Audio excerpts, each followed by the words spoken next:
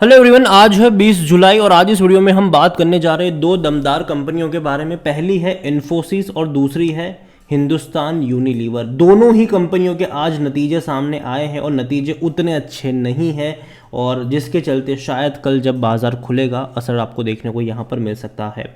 और दोनों ही कंपनियों की क्या कमेंट्री आ रही है उसके बारे में भी हम बातचीत करेंगे, लेकिन उससे पहले अगर आपने अभी तक चैनल को सब्सक्राइब नहीं किया है तो प्लीज़ अभी इसे सब्सक्राइब कर लीजिए, क्योंकि आगे भी बहुत सारे वीडियोस हैं जो आपको काफ़ी ज़्यादा हेल्प करेंगे।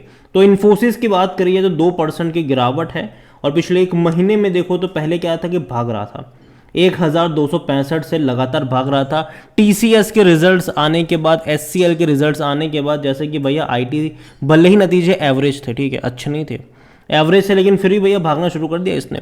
आज गिरावट आई है क्योंकि भैया इनके जो रिजल्ट्स आए वो वाकई में थोड़े से निराशाजनक यहाँ पर ज़रूर नज़र आ रहे हैं।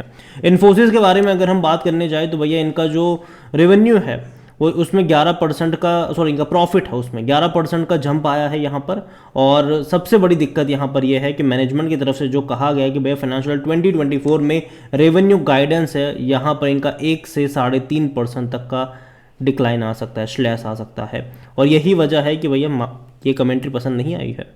यहाँ पर अगर आप प्रॉफिट देखने की कोशिश करेंगे तो 5,945 करोड़ का रहा है, जो कि पिछले साल इसी क्वार्टर में 5,360 करोड़ के आसपास हुआ करता था।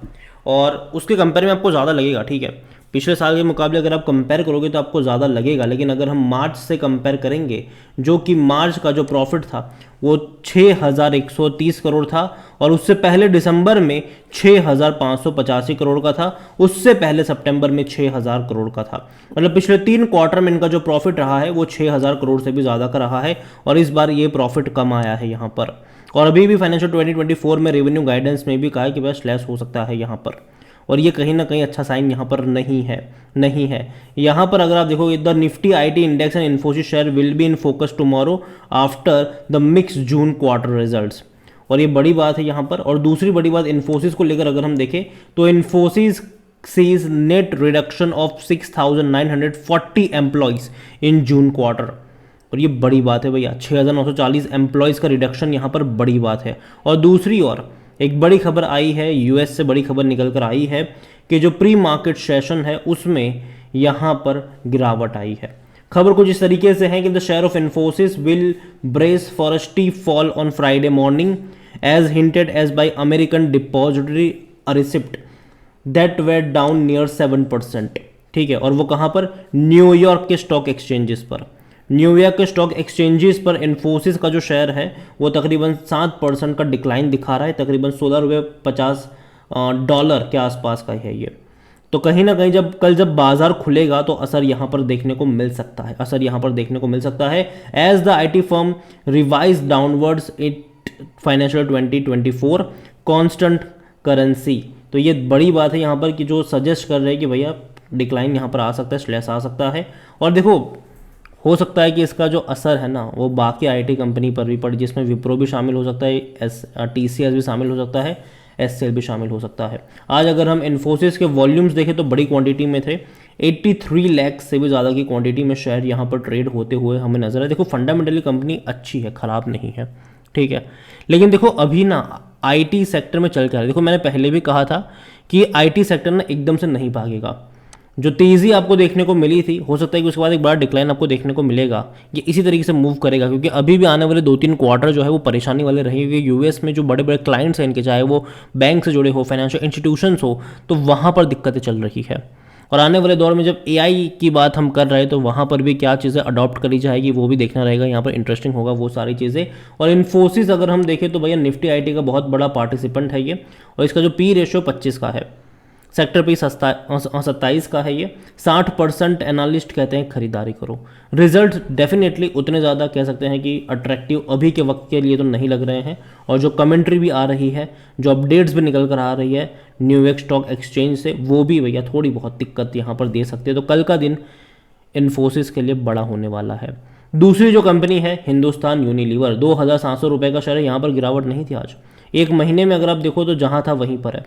देखो, ये ना इसको रिसेशन प्रूफ शेयर कहा गया है कि भाई कितनी भी मंदी क्यों ना आ जाए, मतलब कितनी भी मतलब जब मंदी आती है तो यहाँ पर आपको उतनी बड़ी गिरावट देखने को नहीं मिलेगी।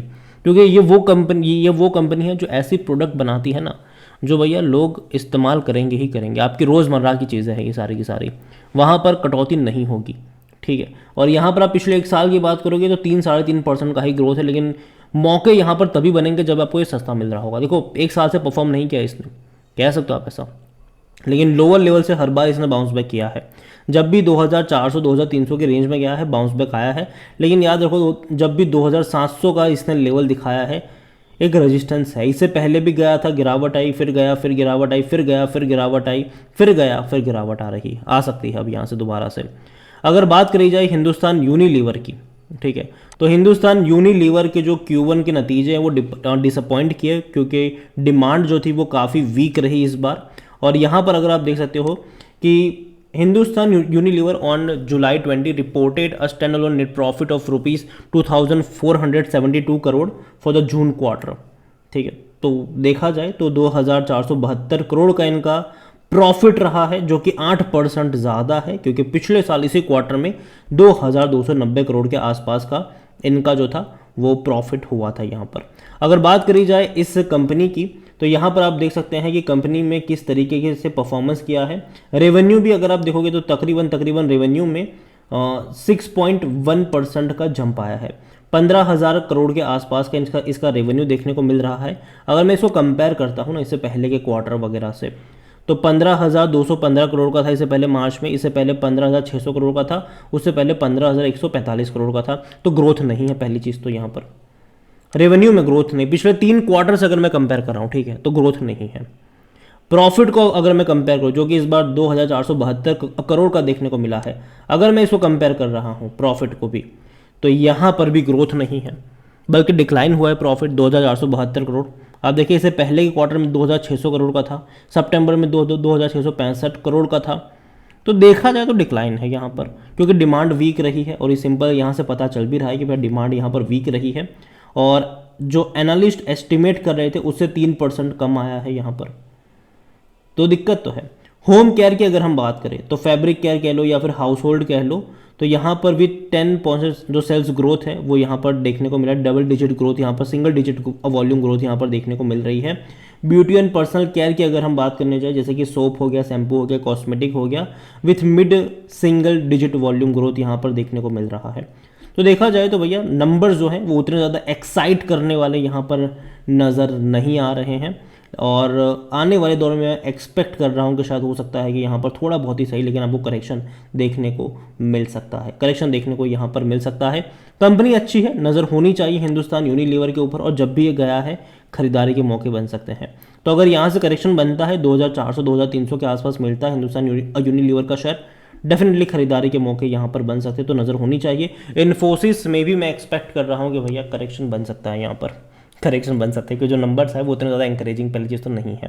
बाकी मर्जी आपकी है। वीडियो को यहीं पे एंड करूँगा। पसंद आया हो तो लाइक करो, शेयर करो, चैनल अगर पहली बार है तो प्लीज़ सब्सक्राइब करें, और दोनों में से कौन सी कंपनी आपको पसंद है या फिर आपके पोर्टफोलियो में है वो भी आप मुझे कमेंट में लिख कर बता सकते हैं। Thank you.